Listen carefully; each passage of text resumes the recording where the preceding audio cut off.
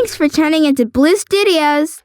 My friend Eddie was over the other day, and I just couldn't help myself. I had to show off my superior skills in hula hooping. So, there I was, twirling my glittery hula hoop like a pro when he asked me how big around the hoop was.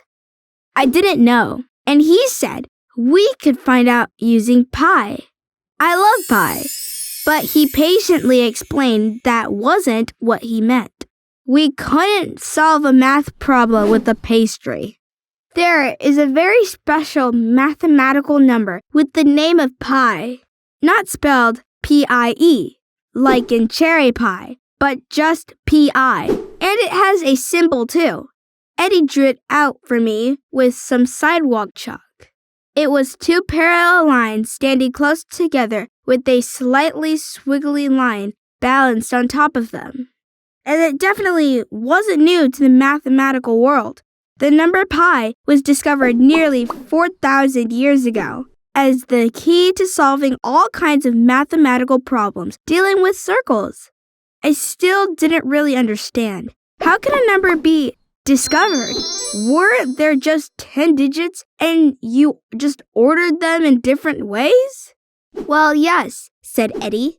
But then there are very special numbers that are used in mathematics that have their own name, like pi. Eddie pointed out that my hula hoop was a circle. Yep, I knew that. I also knew the diameter of a circle was the distance across the center. Basically, the very widest part of the circle. For instance, if I had to hula hoop my way through a doorway, I would obviously need the doorway to be much bigger than the diameter of my hula hoop. I knew about the circumference of a circle too. This was the distance all the way around the outside. If I wanted to hula hoop in the dark, I might want to lay a piece of reflective tape all around the outside of my hoop. I knew the length of that tape would have to be equal to the circumference. But here's the really interesting part, said Eddie. There was a relationship between the diameter of a circle and the circumference of a circle that holds true for any size of circle. He insisted you could measure any circle, big, medium, or small. And if you were to compare the diameter to the circumference, you discover that the circumference is always just a touch over 3 times the length of the diameter. I was skeptical. I knew Eddie was smart, but this seemed impossible. So we tested it out on my hula hoop using a measuring tape. Across the middle, the diameter measured 3 feet. Then we measured the distance around the outside. The circumference was 9 feet, 5 inches, which is a little over 3 times the diameter. But maybe that was just coincidence. So Eddie and I spent the next half hour measuring every circle we could find. A button on my dad's shirt, the wheel on my sister's bicycle, the quarter in Eddie's pocket, the sticky lollipop in my pocket, and even the Mr. Turtle pool out on the grass. And sure enough, when we measured all of these circles, the circumference was always just a little over 3 times the diameter. Now I understood. Pi was a relationship between 2 numbers. Eddie said that's called a ratio in mathematical terms. Ratios are usually expressed in a fraction or decimal. The fraction for pi happens to be 22 over 7. As a decimal, it's 3.14. But Eddie said 3.14 was just the beginning. What did he mean by that? Well, 3.14 was the shortened version of pi because pi is a very, very, very long decimal. Eddie recited pi as 3.141592653589793238. He stopped there because I got the idea. There is no end to the pi decimal. It heads off into infinity and doesn't look back. There isn't any pattern to the numbers either, and every number seems to show up in an equal percentage. Pi is pretty darn unique as a mathematical number because it's both continuous and perfectly random. And because it goes on forever, the number pi is always just an approximation. This is what has teased mathematicians for nearly 4 centuries. There is a true obsession around the number pi. Eddie had story after story about mathematicians from around the world and through history trying to come up with a more and more accurate number for pi. Everyone from the ancient Greek mathematician Archimedes to Sir Isaac Newton has wrestled with pi. Every digit they could figure out after the decimal brought them that much closer to the true number. But pi is maddening. The search for all its digits goes on forever because it's a number that goes on forever. It's like running after a hula hoop that's rolling down a never-ending hill. But that never stopped any of these mathematicians. Right now in 2021, pi has been calculated out as far as 31 trillion digits, but the quest for more is still on. So, what I wanted to know was why we have the symbol of a 2-legged stool for pi. Eddie explained that since pi is a decimal that goes on for infinity, not to mention a ratio that's a mouthful to explain in words, that a symbol was a great shortcut. British mathematician William Jones is credited for coming up with the symbol for pi in 1706 using a letter from the Greek alphabet. Later, it was Swiss mathematician Leonhard Euler who used the symbol regularly and made it popular with other mathematicians. There have been some key moments in the development of the number pi. According to legend, the ancient Greek mathematician Archimedes was working on the number pi until his dying day. He determined it to its 4th digit using the calculations from a 96-sided polynomial. Centuries later, in 1665, one of the greatest mathematicians and scientists in all history, Sir Isaac Newton, tackled it from a whole new direction. He explored the concept of pi using calculus and a mathematical principle called the binomial theorem. His work produced quicker and more extensive results than anything that had been discovered before. In 1767, a Swiss mathematician proved the number pi was irrational. In mathematical terms, this means it's a number with absolutely no discernible pattern. And in 1882, a German mathematician determined that pi is a transcendental number. This is a very special classification for numbers, and there happens to be only a few in this mathematical category. In simplest terms, a transcendental number is one that's so elusive and infinite, it can never be expressed as the solution to an algebra equation. Pi is one of these.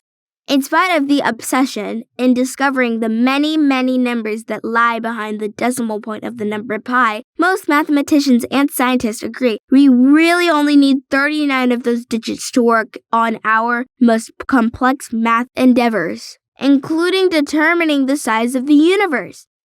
I asked Eddie if pi was just this never-ending obsession with math geniuses, or did it serve a real purpose? He said that anyone in the field of math, physics, engineering, mechanics, astronomy, and virtually every other science consistently use pi in their calculations. Any study of circles, spheres, orbits, curves, and arcs depended on the unique, continuous, irrational number pi. Pi was more than important. It was essential. Stretching beyond the decimal was some fun facts about pi. Pi is the secret to circles. Given the circumference of a circle, you can use pi to determine the diameter. Given the diameter of a circle, you can use pi to calculate the circumference. March 14th is celebrated as Pi Day. The date makes sense. March 14th is 314, the first 3 digits of pi. Schools, museums, and other organizations have been known to celebrate this popular number with all kinds of activities, including fun runs of 3.14 km, circular parades, and pie throwing contests. Pi is the 16th letter in the ancient Greek alphabet. It begins the word parametros, which translates to periphery or perimeter. Our many GPS systems use the number pi in their complex calculations to determine our location on Earth. After all, Earth is a sphere. Considering the methods of ancient mathematicians in determining pi, the phrase squaring the circle means relentlessly pursuing the impossible. Guinness World Records recognizes Rajveer Meena as the current record holder for having memorized the most digits of pi. Rajveer recited the first 70,000 digits of pi in order while blindfolded. It took him just over 9 hours to do so. In 1887, a bill was proposed to Indiana State Legislature to round pi's familiar decimal of 3.14 to 3.2. It failed to pass. The series 1, 2, 3, 4, 5, 6 doesn't appear in pi for the first million digits. This seems to prove, in spite of its normal-looking appearance, 123,456 just happens to be a very unique number. Albert Einstein was born on March 14th, a date with the same numbers as pi. One of the most respected universities in the world for mathematicians and scientists is the Massachusetts Institute of Technology, oftentimes called MIT. This university likes to reveal its acceptance letters for new students on March 14th every year. Can't get enough of pi? Here are some additional activities. Hold your own memorization challenge with friends and family as to who can remember the most digits of pi and order correctly. The prize? A pie, of course. Do your own investigation of circles in your environment. You'll first be amazed by how many circles there are, and then you'll be fascinated that they all prove pi to be true. Pi is one of several special numbers in the world of mathematics and science. Look up the E used in Albert Einstein's famous formula explaining energy. E equals mc squared. Then check out the fascinating Fibonacci number found in nature. See if you can come up with an explanation of these special numbers for someone as young as kindergarten. Find out more about how the number pi is celebrated at the San Francisco Exploratorium Museum every year. It's believed to be where the inspiration for Pi Day began. There's an entire language based on the number pi called Pilish. Study up, translate a short story into Pilish, and read aloud to an interested, math-obsessed audience. We learned so much about the fascinating and important role pi plays in the world of mathematics. But beyond its mathematical value, pi is special in another way. The pursuit of pi in all its digits seems to reflect a spirit of not ever giving up, no matter how endless a task was. That prompted me to look up the world record for continuous hula hooping. It stands at 100 hours. I better work on my skills some more. Well, that's all we have for today. I hope you enjoyed learning about pi with me and Eddie. Now a trip to the bakery. All this talk about pie made me really hungry. 24/7. We're so excited to bring round-the-clock entertainment and educational content to your home. Don't forget to hit the subscribe button to stay up to date with our latest videos. At Blue Studios, we aspire to revolutionize the way families spend time together. We empower families by providing them with tools to work together, earn and learn, and achieve new heights of success. Visit www.bluestudios.io to discover more about our mission and how we empower families to succeed. Thank you so much for being part of our community. Keep watching and learning with us. And don't forget to hit that subscribe button.